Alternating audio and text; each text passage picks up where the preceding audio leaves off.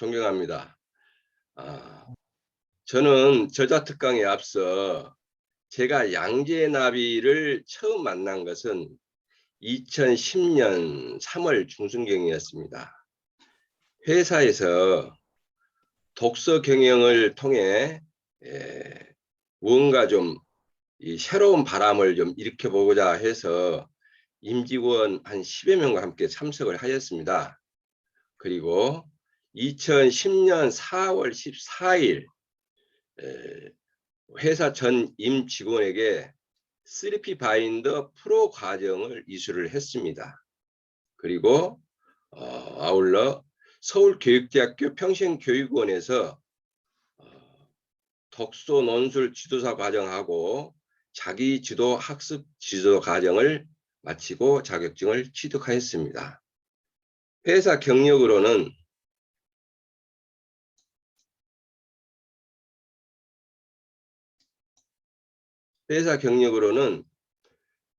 주식회사 대상테크에서 전시업체 상무이사로서 역임을 하였고, 주식회사 UDI에서 전시사업본부 이사로 근무를 하였습니다. 그리고 카포 프로덕션에서 상무이사로 근무하였습니다.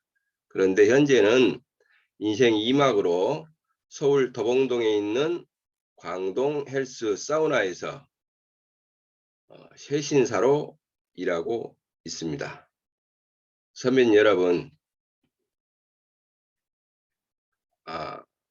비록 별 볼일 없는 한 상성이지만은 간단하게 저자 소개를 마치고요. 자, 선배님 여러분께서는 평생 마음속에 간직하고 있는 숫자가 있습니까? 계시면은 한번 손가락 펴서 보여줘 보세요. 예, 3. 예. 저도 3이란 숫자를 평생 저를 수호하는 수호신호로 생각하고 있습니다. 왜 그런 거니? 제가 참을 인자 셋이면은 살인도 면한다는 아버님의 가르침을 가지고 사회에 진출했습니다. 그래서 3을 좋아했고, 제가 돈을 벌어서 고등학교를 졸업해서 돈을 벌어서 대학 진학을 하겠다는 꿈을 가지고 어렵게 산미 종합특수학이라는 회사에 입사를 했습니다마는 3개월쯤 될 때 무지무지하게 갈등을 많이 느꼈습니다. 그때 마침 제 마음을 알아차렸는지 시골에서 아버님이 내려오셨어요. 그래서 물음 한마디가 어떠냐? 할만하냐? 네. 그런데 아버님 참 힘듭니다. 라고 말씀을 드렸더니만은 아버님께서 하시는 말씀이 이놈아 세상에 네 입에 맞는 떡은 하나도 없다. 내가 아무리 어려워도 3년을 참지 못하면은 너는 사회에서 살아남을 수가 없어. 그러니까 죽었다 깨나 3년을 거치지 않으면 집에도 오지 말고 3년까지 견뎌 라는 게 아버님의 가르침이었어요. 그 마음을 품고 평생을 지금까지 참을 인자, 그 다음에 아버님의 3년, 그리고 그걸 본 바탕으로 해서 사회생활을 하면서 남이 실수를 해도 3번을 이해하고 참아주고 내 자신이 실수를 해도 3번을 이해하고 참아주면서 살다 보니까 제 가슴 속에 숫자 3이 스승이 되었습니다.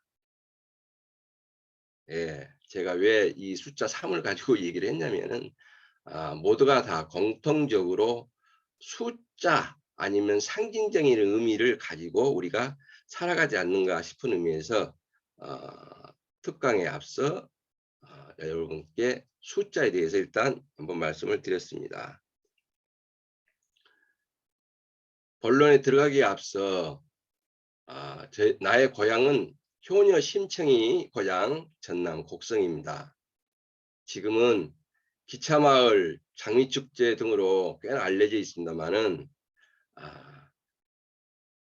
제가 어렸을 때는 아주 오지 산골이었어요. 그런데 제 고향집은 학교산이란 조그마한 산자락에 50여 가구가 사는 아주 동화마을 같은 마을입니다. 근데 저희 집 뒤뜰에는 어 우리 시골 말로 둔벙이라 하죠, 둔벙. 옹달샘이 있었습니다. 그런데 그 옹달샘에는 커다란 뱀장어 한 마리하고 미꾸라지 서너 마리가 함께 살고 있었어요. 제가 초등학교 한 4-5학년 때쯤 됐을 거예요. 어 이 세수를 하려고 물을 뜨러 가는데 미꾸라지 한 마리가 아주 유유자적하게 수영을 하고 있었어요. 그런데 어느 순간 뒤에 미꾸라지 뒤에 커다란 뱀장어 한 마리가 그 미꾸라지를 잡아먹겠다고 달려드는 거예요. 그래서 보니까 미꾸라지가 놀래 가지고 혼비백산해서 돌 틈새로 도망가서 밖을 쳐다보는 그 눈동자가 잔뜩 겁에 질려 있는 표정이에요. 그래서 너무너무 안쓰러운 거예요. 그래서 제가 어렸을 나이에 여기에 이대로 두면은 저 미꾸라지가 어느 순간 뱀장한테 잡혀 먹어버리겠다라는 생각이 들었어요. 그래서 어떻게든 저 미꾸라지를 잡아 가지고 집 앞 안냇가에다 갖다 풀어줘야 되겠다 해서 미꾸라지 3마리를 낚싯대로 낚아 가지고 잡아서 집 앞 안냇가에다가 놓아 줬습니다. 아마 그 미꾸라지는 안냇가나 아니면 더 넓은 세상 섬진강에 가 가지고 아마 행복하게 살았을 거예요. 아마 그때부터 제 가슴속에는 탈시골이 도시화라는 꿈을 꾸었을 것 같아요. 그리고 어렵게 그때 당시에 공부를 한다고 하면서도 가정 형편이 거의 좋질 않았습니다. 뭐 저희 집뿐만 아니라 그때 당시에는 저희들이 먹고 사는 게 급선무였으니까요. 어 근데 중학교 때는 꿈이 검사였습니다. 공부를 좀 한다고 했거든요. 근데 고등학교를 담임 선생님께서는 "광주로 가라."라고 하시는데 광주로 가면은 제 실력의 장학금을 못 받을 것이고 그러면은 아무래도 중간에 고등학교를 중퇴를 하고 포기를 하지 않을까라는 생각이 들었어요. 그런 찰나에 어머니께서 아시는 분을 통해 가지고 시골에 있는 고등학교에 근로장학생이라는 분을 어떻든 얘기를 해 가지고 오셔서 시골 고등학교를 가게 됩니다.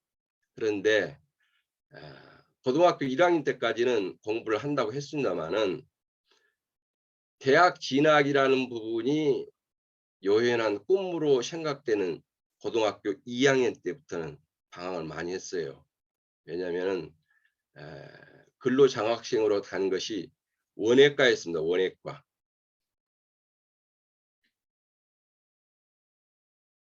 그래서 어렵사리 고등학교를 마치고 저는 '그래 내가 내 손으로 돈을 벌어서 대학을 가야 되겠다.'라고 간 게 경상남도 마산시.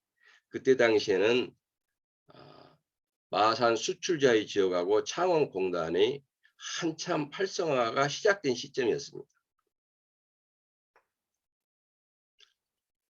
그런데 마산에 내려와 보니 석 달 동안을 마산 시내와 창원공단을 샅샅이 채용 공고가 안내문을 찾아다녔지만은 군 미필이라는 이유 때문에 서류보다 받아들이지 않았어요, 서류 자체를.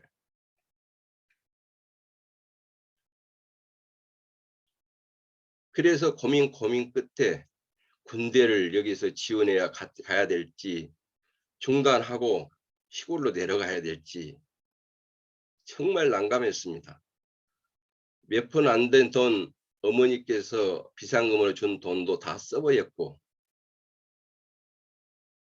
그런데 마침 두드려라, 두드려라, 두드리면 열릴 것이다 라는 생각이 머리에 떠올랐어요. 어디를 두드리지? 그때 생각난 게 우리나라에서 어느 대문이 가장 큽니까? 네, 청와대가 생각났습니다. 청와대. 어차피 두드릴 바에는 대한민국에서 제일 큰 문을 한번 두드려야 되겠다. 그래서 밥상을 피고 편지지에 편지를 존경하는 박정희 대통령님 각하께 해가지고 편지를 쓰기 시작했습니다.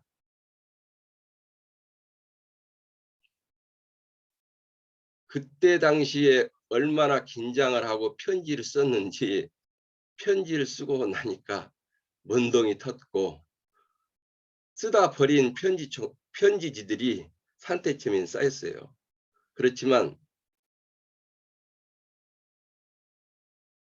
동네에서 붙이면 편지가 늦게 가니까 마산시 우체국까지 가가지고 청와대로 편지를 보냈습니다.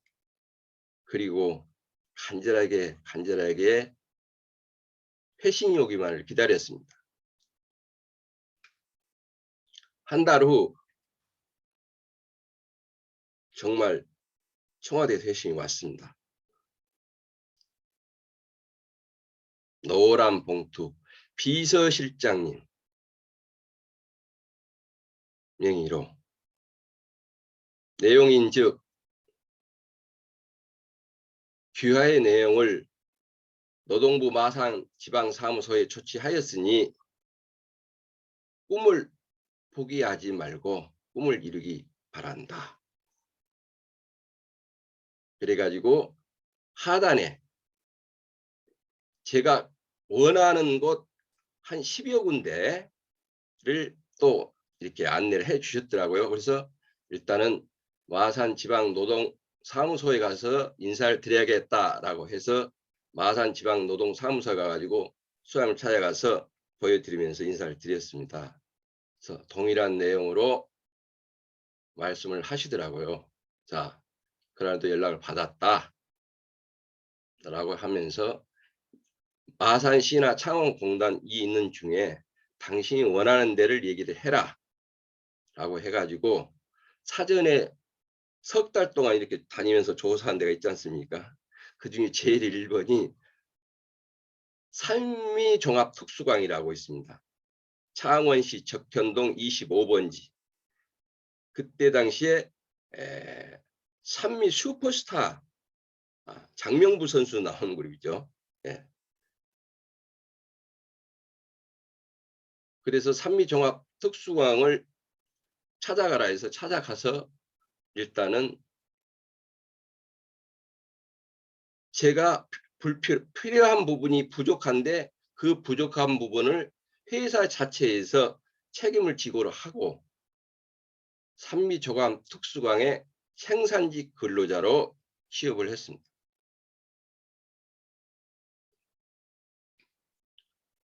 일단 꿈은 이루었죠. 그런데 이 사람이 큰 또 꿈을 목표를 이루고 보면은 욕심이 또 생기는가 봐요. 그때 20살인데 이 3개월 동안의 현장 그 생활이 너무 힘들었어요. 그 말이 이 쇠공장이거든요. 쇠공장. 종업원이 한 13,000명 정도 큰 공장이라면은 이 제강부터 하다 보니까 이 말도 못하게 노동 강도가 셌어요. 그러니까 지금은 제가 조금 키가 좀 컸습니다만은 그때 당시에는 키가 조금 다 적었어요. 학교 다니면서 좀 공부한다고 하는 게 이게 성장이 좀 안 돼, 발육이 좀 덜 되는 것 같아요. 그래 제가 아버님께 그때 당시에 말씀을 드렸더니만은 아버지가 3년을 말씀하셨잖아요. 그래도 참아야 된다. 그래서 생각한 게 그래 무조건 여기에서 내가 당초 목표로 했던 대학 진학하는 돈을 벌여야 되고, 그다음에 그동안 어쨌든 공부를 해야 된다 해서 주경야독을 해가지고 7.8기 만에 27살에 대학을 진학을 했습니다. 좀 머리가 안 좋았는가 봐요, 제가. 아니면 노력이 부족했거나 둘 중 하나겠죠. 그래 가지고 어렵사리 공부를 하고 31살에 우리 학과장님 추천서 한 장 들고 서류 띄어서 무작정 서울로 상경을 했습니다. 그때 제가 이제 경남대학교 법학과를 갔는데요. 그때 알고 보니 경남대학교 이사장님이 청와대 비서실장이었던 박정기 총장님이었습니다. 그래서 그분의 기억돼서 뭐 별로 다른 데 갈 실력도 안 됐습니다만은 어쨌든 그때 경남대학교를 갔습니다. 그리고 서울로 올라왔죠. 서울로 올라와 가지고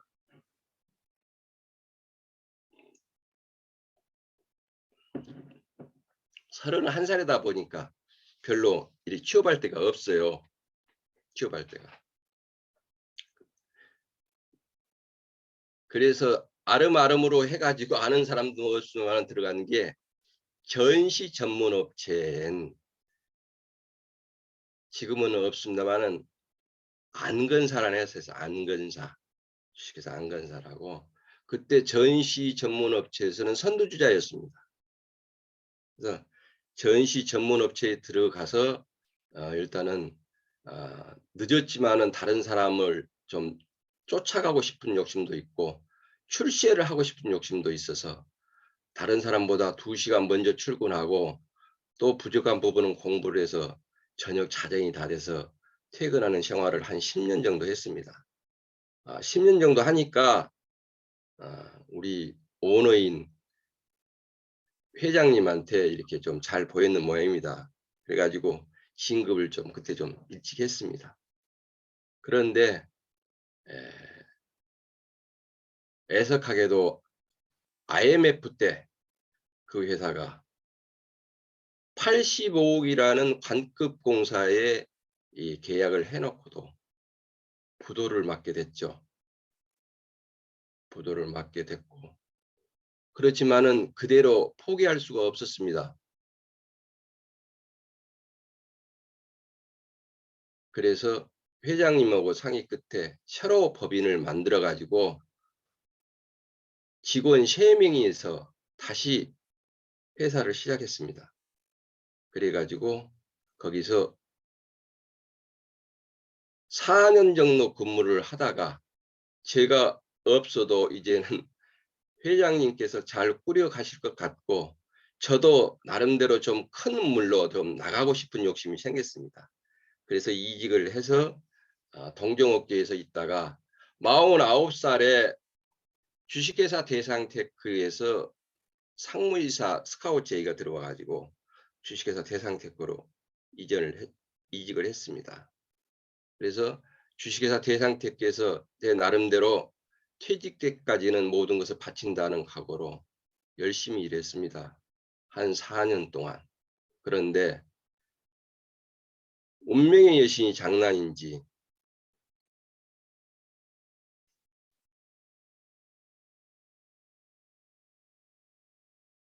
잘 다니고 있는 회사에 가압류가 들어와 가지고 대표이사가 회사를 문을 닫겠다 선언을 해버린 겁니다.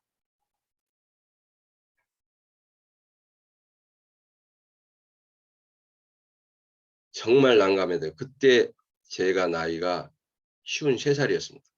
53살.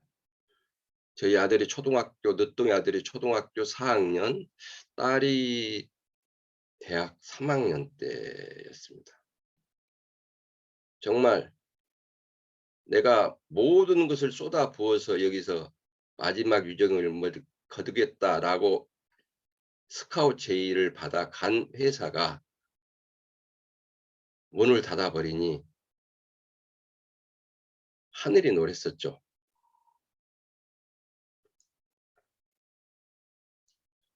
그러면서 사무실에서 제 사무를 챙기면서 고민, 이 난관을 어떻게 하면 극복할까 고민을 하던 중에 딱 스치고 지나가는 한 분이 생각났습니다.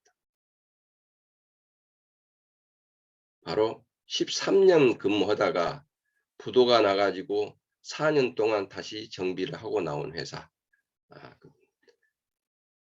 그렇게 생각이 나서 바로 전화를 걸어서 회장님한테 말씀을 드렸습니다.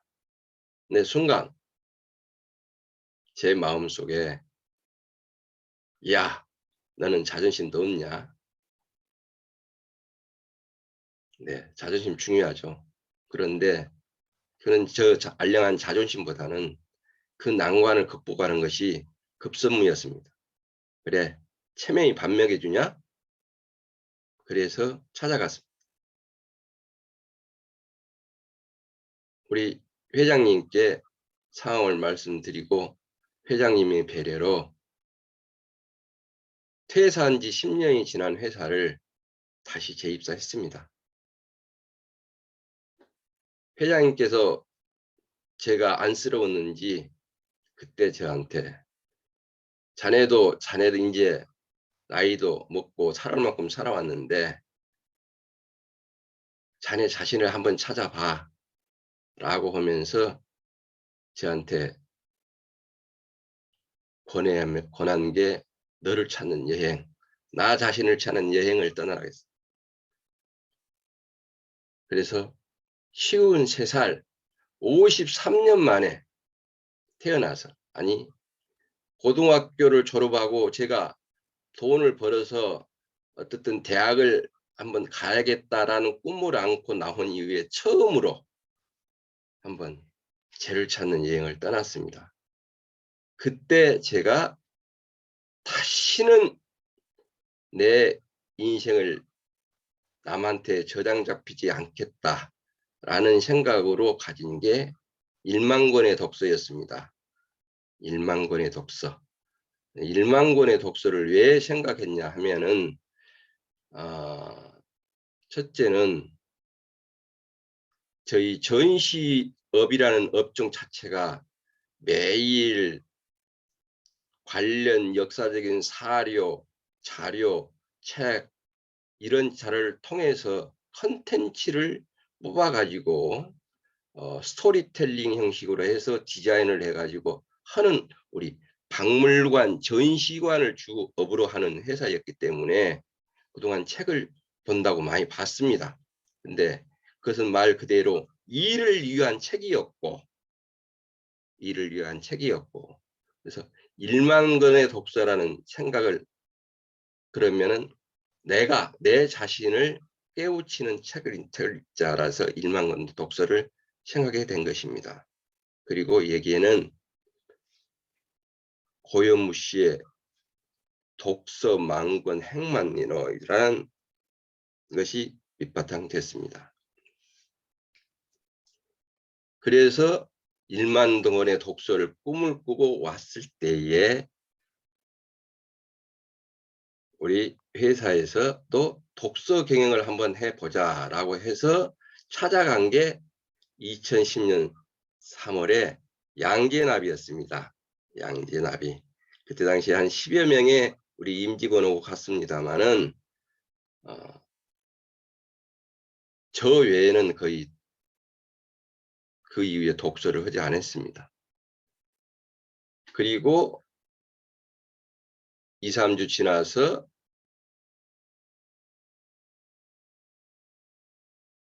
회사에서 다시 우리 강기영 대표님께 부탁을 드려서 3P 바인더 프로 과정을 이수를 하게 된 것입니다.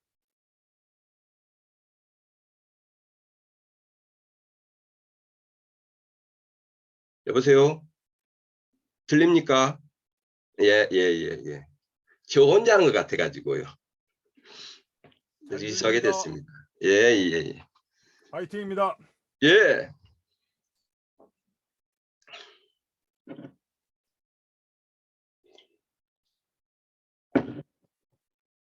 그런데 그게 발단이 돼 가지고 책을 읽는다고 있는데 이게 책에 익혀지지가 않는 거예요, 도저히. 네. 독서법에 대해서 전혀 알지 못했는데 그때 당시에 양재나비에서 지정도서로 한 게 독서하는 방법을 바꾸면은 인생이 바뀐다. 백금산 시 저자. 예예예. 예. 우리 최준서 선배님, 예, 감사합니다. 예. 저 책을 지정도서로 했습니다. 그때 독서법 관련 책이 있는 줄 알았습니다. 그때. 그리고 그 이후에 이제 에, 안상은 씨라든지 이동루 씨라든지 독서법 관련 책은 나름대로 그냥 거의 싹 쓸어서 봤습니다. 쓸어서 본 결과 왜 양재나비에서 목적 있는 독서를 하라 했는지 그때 깨달았습니다. 목적 있는 독서. 그러니까 그때 이전까지는 그냥 제가 1만 권의 독서만 머리에 있었지 머리에 없었거든요. 그래서 꿈이 있는 목적 있는 독서. 그때 목적 있는 독서. 책 있는 아빠가 되자. 왜? 우리 아들한테만큼이라도 최소한 내가 책을 통해서 내가 공부하라 마라 하기 이전에 내 스스로 독서하는 모습을 조이해서 우리 아들한테만큼은 내가 도움을 줘야 되겠다라고 한 게 책 읽는 아빠였습니다. 책 읽는 아빠라는 것을 가지고 책을 읽다 보니 어느 순간에 우리 아들만 생각할 게 아니고 우리 자라는 청소년들한테도 내가 도움을 줄 수 있는 기회가 됐으면 좋겠다라고 생각을 해서 물색 중에 찾던 것이 서울교육대학교 평생교육원에서 독서 논술 지도사 과정하고 자기주도 학습 지도사 과정이 있다는 것을 발견했습니다. 그래서 마감 이틀 전에 발견이 돼서 바로 즉시 수강 신청을 했습니다. 그래서 수강 신청을 하고 회사를 마치고 저녁 7시부터 10시 반까지 하는데 매주 화요일 저녁, 수요일 저녁 이틀을 하고 지방에 출장을 다니고 이랬거든요. 근데 한 달 정도 지나서부터는 체력의 한계가 온 거예요. 체력의 한계. 그래서 2013년입니다. 2012년, 예, 2012년. 2012년에는 1년 내내 코피를 흘리면서 살았습니다. 1년 내내. 그러나 설마 죽지 하겠냐? 죽지는 않는다. 그리고 처음에 힘들었던 공부가 점점 가면서 재밌어지는 거예요. 그 재미가 있다 보니까 힘이 들어도 이건 중단하지 않고 갈 수 있었던 거예요. 그렇게 해서 어떻든 어렵게 과정을 마치고 독서논술 지도사 자격증하고 자기주도 학습 지도사 자격증을 땄습니다. 그때 제가 깜짝 놀란 게 두 과정 다 유일하게 남자는 저 혼자였습니다. 남자는. 그래서 그 청일점이 돋보였는지 교수님이 이렇게 추천을 좀 해주셔가지고 2013년 3월 달부터 서울에 있는 초등학교 방과후 교실 강의를 할 수 있는 기회가 왔습니다.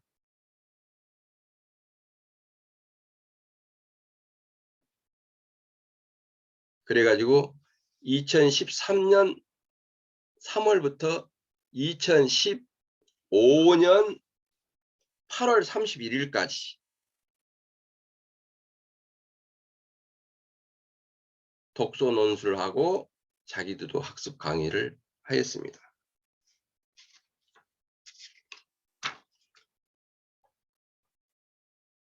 제가 그때 56살이었습니다. 56살에 초등학교 1, 2학년들하고 이게 강의를 수업을 한다는 게 장난이 아닙니다. 장난이. 제일 고민하는 게 뭐냐. 내가 내 나이를 걔들한테 맞추는 것이 방법입니다. 맞추는 것. 그러니까 완전히 철없는 철딱선이 없는 어린애가 돼야 애들하고 눈높이가 맞춰지지, 그렇지 않으면은 이 수업이 되지가 않아요. 수업이 되질 않아. 제일 어려웠던 게 덕양구청 어린이집의 수업입니다. 덕양구청 어린이집은 말 그대로 학교 교실이 아니고 어린이집 내에 있는 좁은 공간 내에서 수업을 하는데, 수업을 하는 도중에도 밖에서 애들이 뛰어놀다가 교실로 그냥 문 열고 들어옵니다. 들어와요. 난리가 나죠. 하지만은 걔들을 붙들고 그래도 주어진 시간에 충실해서 수업을 했어야 됐습니다. 했어요. 네. 어쨌든 원장님께서도 그 난리판에서도 수업이 어쨌든 진행하고, 또 학부모님들 평가를 어떻게 좋게 받으셨는지 한 2년 6개월 동안 계속했습니다. 그런 와중에 저는 이게 운명의 여신하고 많이 좀 싸움을 했습니다. 운명의 여신. 회사 일도 재밌고 독서도 재밌고 애들 강의도 신나고 정말 신바람 나게 2013년 3월 달부터 하고 있는데, 2013년 9월 27일 퇴사했던 회사를 다시 재입사하는 회사도 그때 매출이 관급에 180억 정도 돼 있는 상황이었는데 직장을 폐업하겠다고 선언을 해버린 겁니다. 저는 주로 업무가 대관청 업무고 영업이었기 때문에 일주일이면은 회사에서 있는 시간이 별로 없습니다. 지방으로 출장을 가버리기 때문에. 그러나 회사에서 다니는 상황은 별로 제가 신경을 쓰지 않았고 오로지 비즈니스적인 척만만 하고 다녔는데, 일주일 전에 통보가 왔습니다. 경영기획실에서 9월 27일 날 임직원 전체 회의가 있으니까 오후 1시까지 와주세요. 그래서 2013년 9월 27일 날 갔더니만은 한 말이 불가피한 사정으로 더 이상 회사를 운영할 수 없어서 오늘부로 사업을 그만하기로 했습니다라는 통보를 받았습니다. 정말 운명의 신이 장난이 또 장난하는 거예요.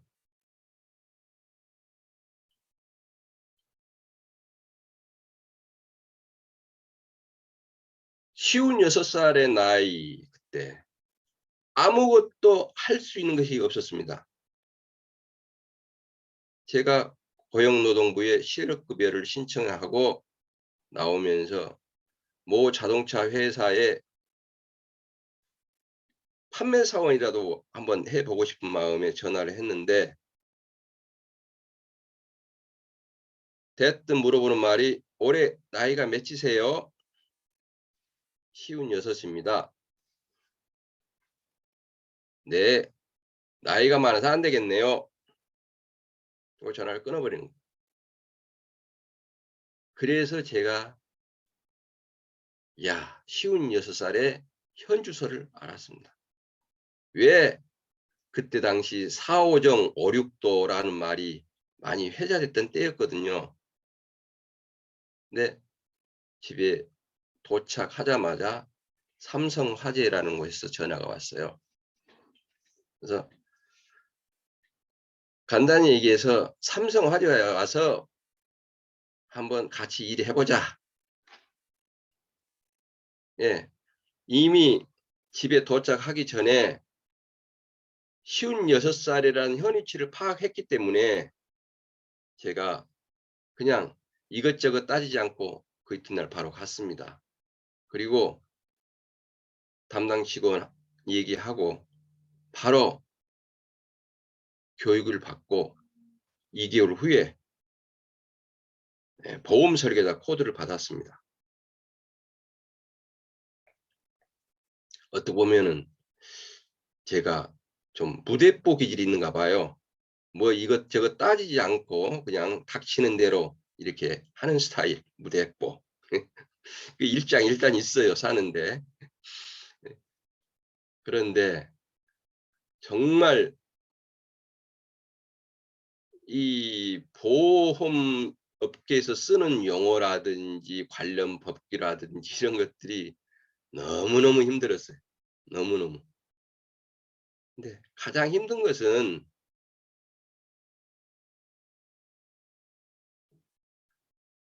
고객이 원해서 갔는데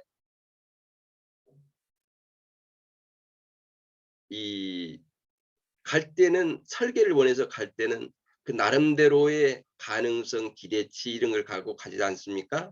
그런데 자꾸 차일피일 하는 것들이 누적되다 보니까 거기에 받는 스트레스가 말도 못했습니다.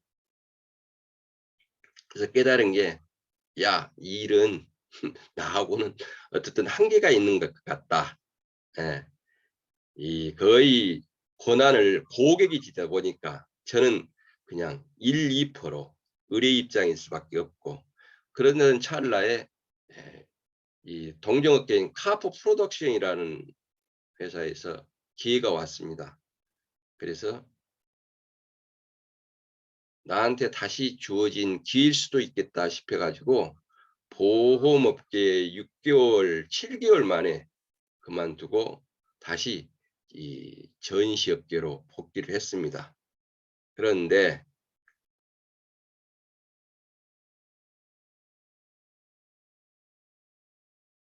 새로운 각오를 가지고 돌아다녀 보니까 전 직장에 다니면서의 전 직장이 갑자기 직장 폐업으로 해서 파급된 효과가, 저희들은 이제 반급 일만 했기 때문에 각 지방자치단체 담당자들은 벌써 파악이 다 돼 있는 상황이었어요.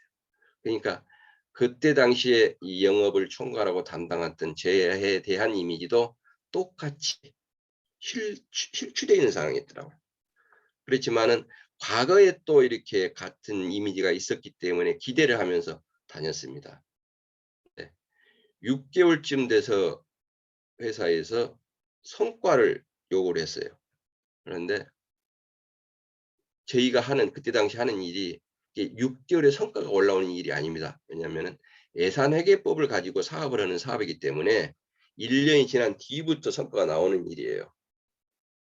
그래서 어쨌든 인내를 하고 다니는데 9개월 정도 됐을 때는 노골적인 권고사직이 와서 더 이상 추한 모습을 보기 싫어서 그만뒀습니다. 그리고 고민했습니다. 그때 받는 스트레스로 못 먹던 술을 입에 대게 됐고 자꾸 저녁마다 술이 아니면 잠을 잘 수가 없었어요.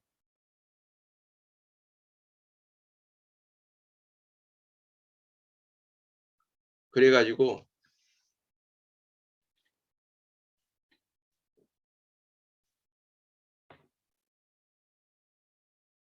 어느 날 갑자기 아내가 "여보, 당신 얼굴이 너무 까매. 몸이 어디가 아픈가 봐. 그리고 왜 자꾸 이렇게 술만 먹었어?" 그러면서 미루었던 건강검진을 한번 해보자 해서 그 이튿날 동네에 병원에 가서 건강검진 신청을 하고 일주일 후에 건강검진을 받았습니다. 그런데 청천벽력 같은 의사의 말이 나왔습니다. 복부, 비만, 과체중, 그때 당시 78.5kg까지 나왔습니다. 몸무게가 한 3개월 만에 한 10kg 정도가 불어버렸어요.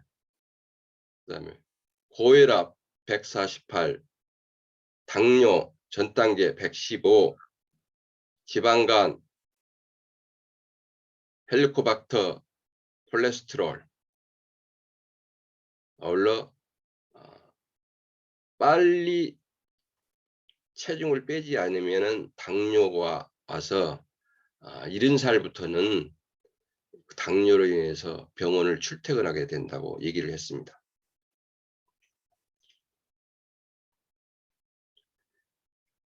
하늘이 노랬습니다.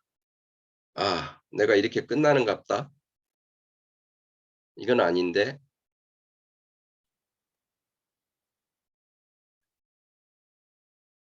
그런 찰나 엎친 데 덮친 격이라고 2013년 9월 27일 이후에 소득이 변변치 않다 보니까 가정 경제도 파탄의 직전에 왔습니다. 고민한 끝에 어떻게 하면 살아나갈까? 이 돌파구를 어떻게 할까? 라고 끝에 동네 사우나에 갔었습니다. 동네 사우나 갔는데 탕에서 몸을 담고 있는데 앞에 눈앞에 저 셰신실에서 이렇게 셰신사가 때를 미는 그런 장면이 보였어요. 그래서 저도 그때까지는 전혀 그런 것을 경험해보지 못했는데 나도 한번 경험해 봐야겠다 라고 가서 열쇠를 주고 셰신대에 누웠습니다. 그런데 이 셰신사가 팔을 잡고 득 때를 미는데 태어나서 그런 시원한 감은 처음이었어요. 정말 시원했어요. 아마 그때 당시에 몸이 상태가 너무 안 좋았기 때문에 제가 그 정도로 아마 신비스러울 정도로 시원함을 느꼈을지도 모르겠습니다. 순간적으로 이 기술을 배워가지고 하면은 돈도 벌고 운동도 되고 뱃살도 빼고 야 이거 괜찮겠다. 이거 삼득일 수 있겠네. 라는 생각이 들었습니다. 그래서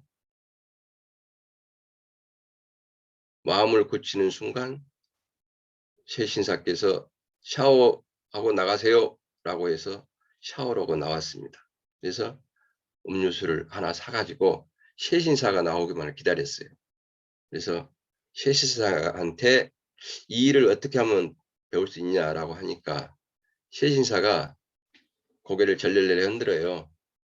이 일은 아무나 하는 게 아닙니다. 라고 하더라고요. 그러면서 제 오아래를 훑어보더니 왜요? 한번 배워보시게요? 그래서 사장님 나도 좀 한번 해보고 싶어서 뭐 여쭤보는 거 아니냐고. 그러니까 배우려면은 제대로 배우고 하세요 라고 하면서 자기도 퇴직하고 3년 동안 놀았고 이 일을 했는데 너무 이 이미지 때문에 고민을 많이 했는데 하고 보니까 그렇게 좋을 수가 없다는 겁니다. 그러면서 종로에 있는 학원을 가르쳐 줬어요. 종로에 있는 학원을. 이게 이제 종로에 있는 학원이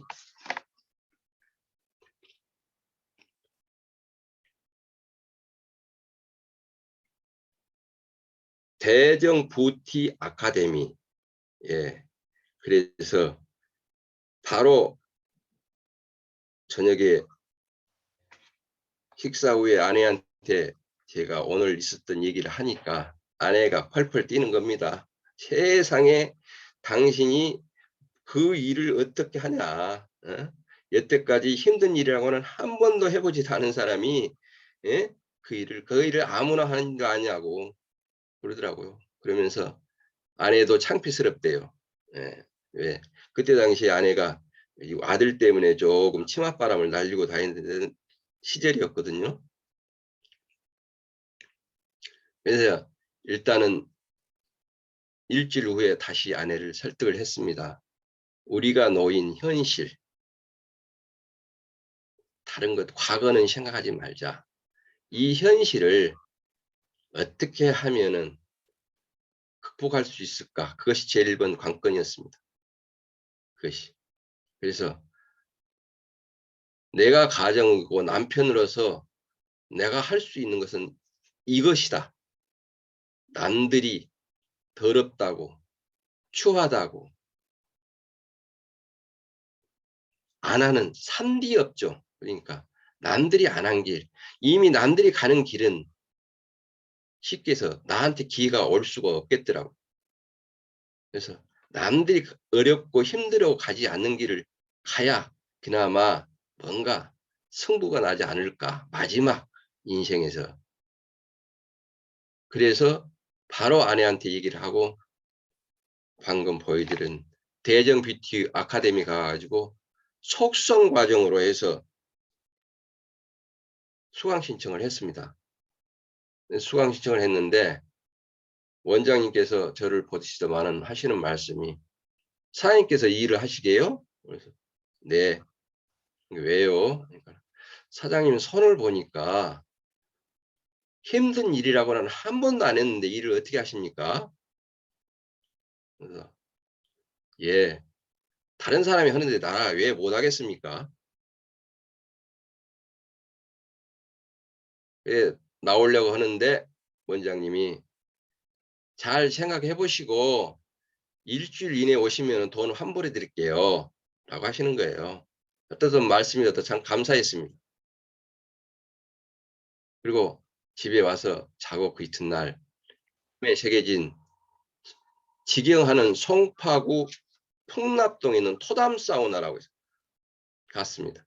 가니까는 남탕에 그 최신사 선생님이라는 분이 계시더라고요. 그래서 전화 받았다고 하면서 저한테 하시는 말씀이 사장님께서 이 일을 하시게요? 똑같은 질문을 하는 거예요. 그래서 아니 왜 어제 원장님도 그러시더만은 그 반복된 질문을 그렇게 하느냐. 그런데 아이 왜 일을 하려고 하냐 그 이유가 뭐냐고 나한테 따지는데 아이 처음 본 사람한테 그 이유를 내가 구구절절 하고 싶은 마음도 아니고 그게 이제 제가 입을 다물고 있으니까 오늘 가서 생각해 보고 정말 하실 용기가 있으면 다시 오세요. 라고 해서 왔다가 그 이튿날 아침 또 갔습니다. 가니까 우리 선생님 말씀이 안 오실 줄 알았대요. 안 오실 줄 알았대. 그러면서 일단은 무슨 사연인가 모르겠지만은 10년만 이 일을 하시면은 다시 일어날 수 있습니다. 라고 얘기를 하시더라고요. 그래서 선생님한테 45일 동안 정말 제가 들어보지 못한 욕, 들어보지 못한 잔소리 40일 동안 참으면서 마지막 테스트 통과하고 소개받은 것이 의정부에 있는 골드 자수정 사우나라는 것입니다. 근데 수료하는 날 우리 선생님이 얘기를 하시더라고요. 아, 본의 아니게 심한 욕설, 잔소리 하는 것은 어떤 감정이 있어가 아니고 현업에 가면은 이보다 더 할 것이다. 네, 현업에 가니까 정말 심했어요. 정말. 직업에 차별 없다. 예, 그 다 헛소리입니다. 헛소리. 예, 그러나 이미 선생한테 들었고 또 저도 나이를 먹은 만큼 먹고 사회생활을 했기 때문에 그냥 한 귀로 듣고 한 귀로 흐르자.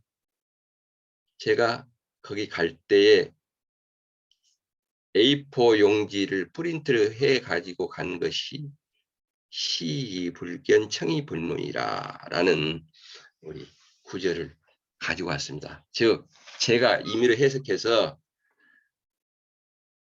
남이 하는 말 그냥 한 귀로 듣고 한 귀로 흐르고 봐도 보지 못했고 들어도 듣지 못했으며 하고 싶은 말이 있어도 하지 말자라는 생각으로 갔습니다. 그래서 골드 저수정 사우나에서 짐을 풀었는데 지하 2층입니다. 네. 이 매캐한 곰팡이 냄새 이게 막 그리고 이 환기가 안 돼 가지고 이 지하에 있는 가스에 의해서 이 눈을 이렇게 하는데 막 눈이 따갑고 그렇지만은 어쩔 수 없이 제 인생 2막을 위해서 왔으니까 거기서 짐을 풀었어야 됐죠. 잠을 자는데 잠이 오지 않은 거예요. 다른 데가 아니고 그냥 낙하름 한쪽 구석에 담요를 피고 잘 수밖에 없었습니다. 네, 낙서 냄새 심하게 납니다. 꼬박 밤을 새고 새벽에 4시 반에 일어나서 탕에 물을 받고 뜨거운 물로 몸을 씻으니 조금 나았어요. 그래서 새벽 5시 되니까 손님들이 들어오시더라고요. 그래서 손님들한테 인사를 하니까 나라시, 때밀이, 세신 뭐 쓰는 용어가 다양하더라고요. 그래서 처음 경험했습니다. 네. 5시 한 15분 되니까 젊은 청년이 불러요. 그러니까 때를 밀어달라는 갑다 하고 준비를 하고 가는데 가슴이 뛰는데 마치 입사 면접을 해서 면접시 들어가는 기분 정도 가슴이 뛰는 거예요. 벌렁벌렁 하면서.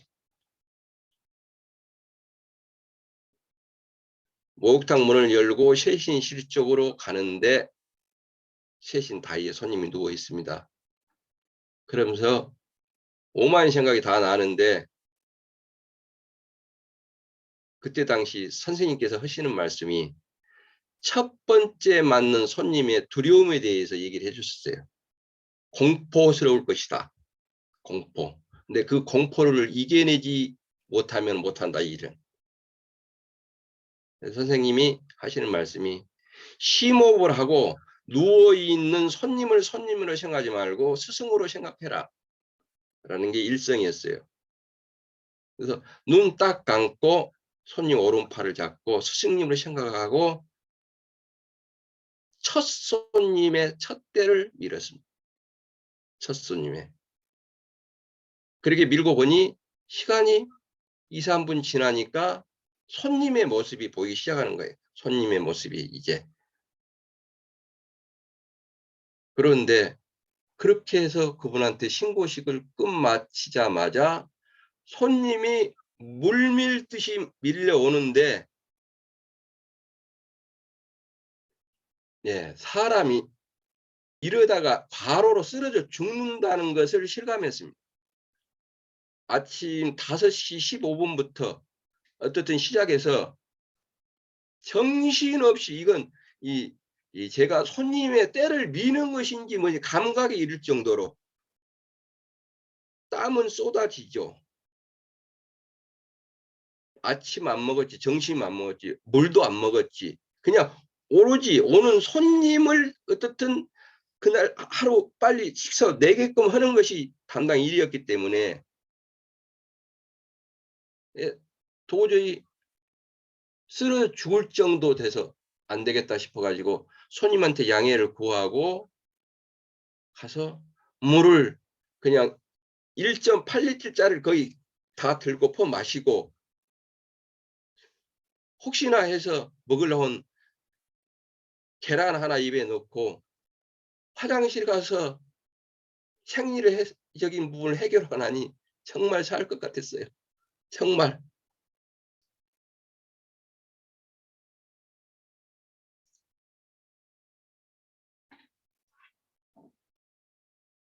그렇게 해 가지고 다시 최신실에 와서 또 기다리고 있는 손님들 떼를 밀고 보니 저녁 한 8시 가까이 됐어요. 하루가 어찌 끝난 줄 몰랐습니다.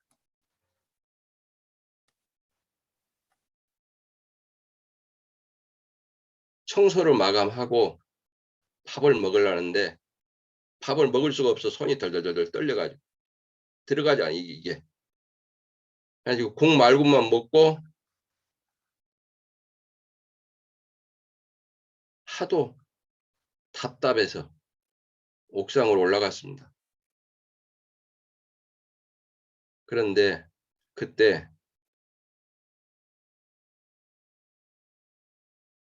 분노가 차오르는 거예요.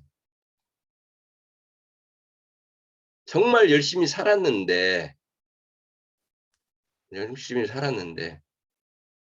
'야 내가 뭘 잘못했기 때문에 신이 나한테 이런 벌을 줄까?' 그래서 절대자한테 대들었습니다. 그런데 순간적으로 '아 여기서 죽어버릴까.'라는 생각도 했습니다. 너무 힘들어서. 이 일을 계속할 수 있는 자신이 없어요, 자신이.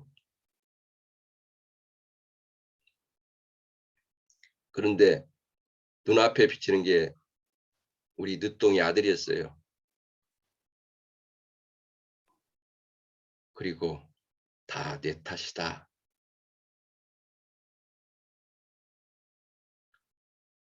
한없이, 한없이 울음이 올라오는데 그 울음 속에 "다 내 탓이다.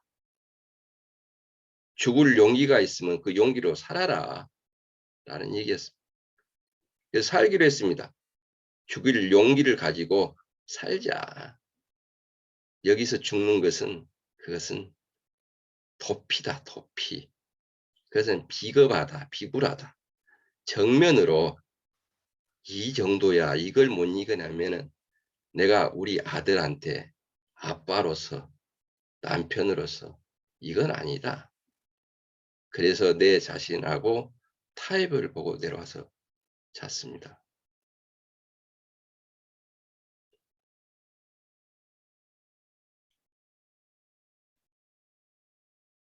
지금 이 PPT에 보이는 목욕탕은 현재에 있는 이 광동 헬스 사우나입니다. 여기는 5 층입니다. 5 층. 아 5 층. 여기는 에 이 거의 동네 목욕탕입니다마는 호텔급 수준이에요. 잘 돼 있습니다. 아주. 그래 가지고 거기서 일을 마치고 제일 힘들었던 게 회사 다닐 때는 그나마 이 공휴일이라든지 쉬는 날이라든지 정기적으로 쉴 수 있는 타임이 있는데 이 사우나는 쉴 수 있는 시간이 없어요 거의. 쉬는 날에 서비스업이기 때문에 일을 해야 됩니다. 그게 제일 힘들어요. 그렇다 보니까 타협을 봤어야 돼요 타협.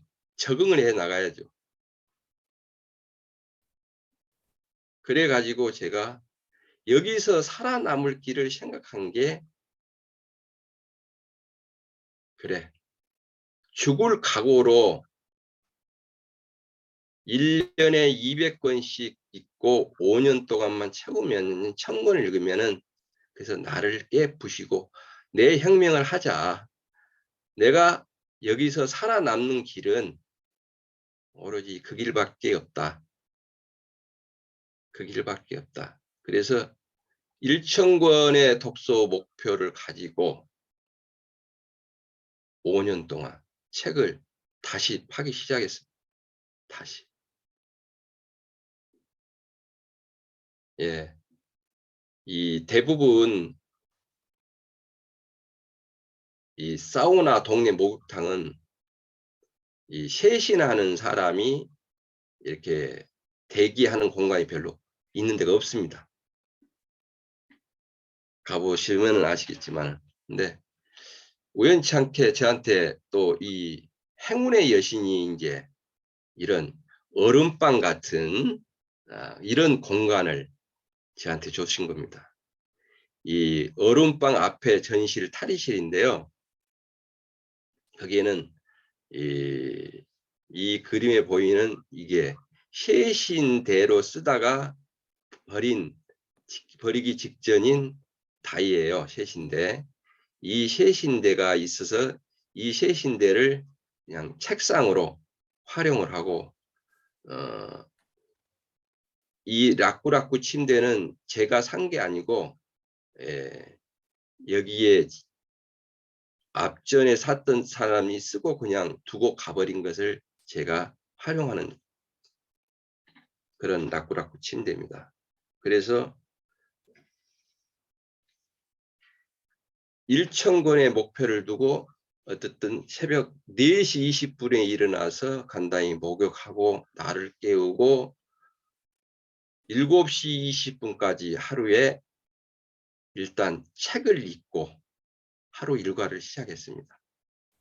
거기 계약은 7시 반부터 일하는 조건으로 계약을 했는데 제가 어차피 사우나에서 먹고 자고 시간을 벌고 책을 읽어야만이 살아나기 때문에 그냥 출퇴근 자체를 하지 않고 목욕탕 자체에서 먹고 자고 일하고 책 읽고 그렇게 계획을 잡고 한 게 지금 6년 6개월 4시 20분에 일어나서 그리고 오전에 최소한 1시간 정도의 책 읽을 시간이 확보가 되고 뭐 토요일, 일요일 빨간 날은 바빠서 그게 좀 불가능한 날도 많이 있습니다만은 평일 같은 경우는 그래도 조금 시간의 여유가 있거든요. 그 시간을 적극 활용해서 독서를 했고 그리고 답답할 때 제가 필사를 시작을 했습니다. 필사. 답답할 때. 이제 필사를 처음으로 시작한 게 신용복 교수의 감옥으로부터의 사세. 왜 그런 거니? 그분이 20년 20일 동안을 감옥 생활을 하면서의 그 심정이 어떠했을까? 공감도 됐고 그 책 내용도 좋았고 그래서 저도 필사를 하기 시작했습니다. 하면서 필사를 하다 보니까 이 좋은 게 집중력, 어휘력, 문해력 다 좋아지더라고. 다 좋아지더라고. 그래가지고 책을 쓰기 시작했는데요. 어느 날 필사를 하다 보니까 문장이 좀 되고 문장이 되다 보니까 책을 쓰고 싶은 욕심이 생겼어요. 그래가지고 책을 쓰기 시작했고 책을 써서 책을 출간하게 꿈꾸는 얼음방이 바로 제가 책을 보고 생활했던 이 장소에서 따서 꿈꾸는 얼음방의 주제를 쓰게 되는 것입니다. 그런데 책을 쓰고 난 이후에 또 출판 과정에서 엄청난 공부를 했습니다. 엄청난 공부를.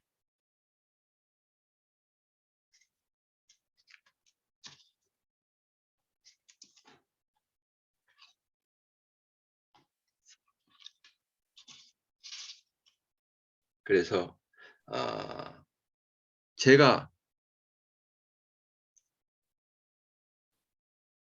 가슴속에 품고 왔던 이 꿈, 그 꿈이 있는 사람은 죽지 않는구나. 라는 깨달음과 공부하는 독정은 어떻든 살아남는다. 공부하는 독정은. 그리고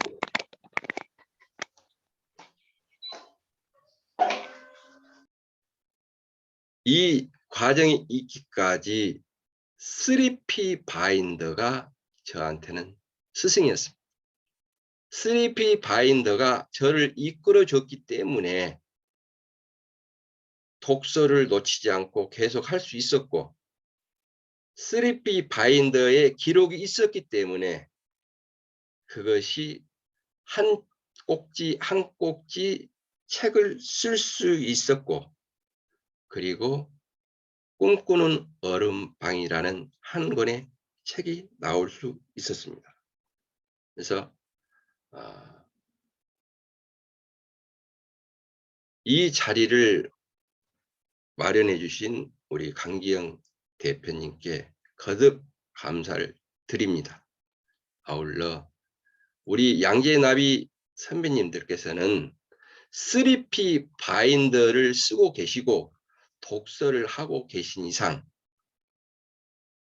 이미 70% 내지 80% 정도는 꿈에 도달해 있다고 저는 확신합니다.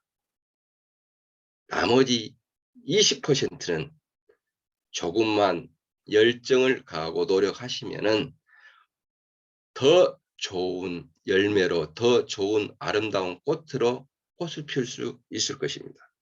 제가 마지막으로 드리고 싶은 것은 마지막에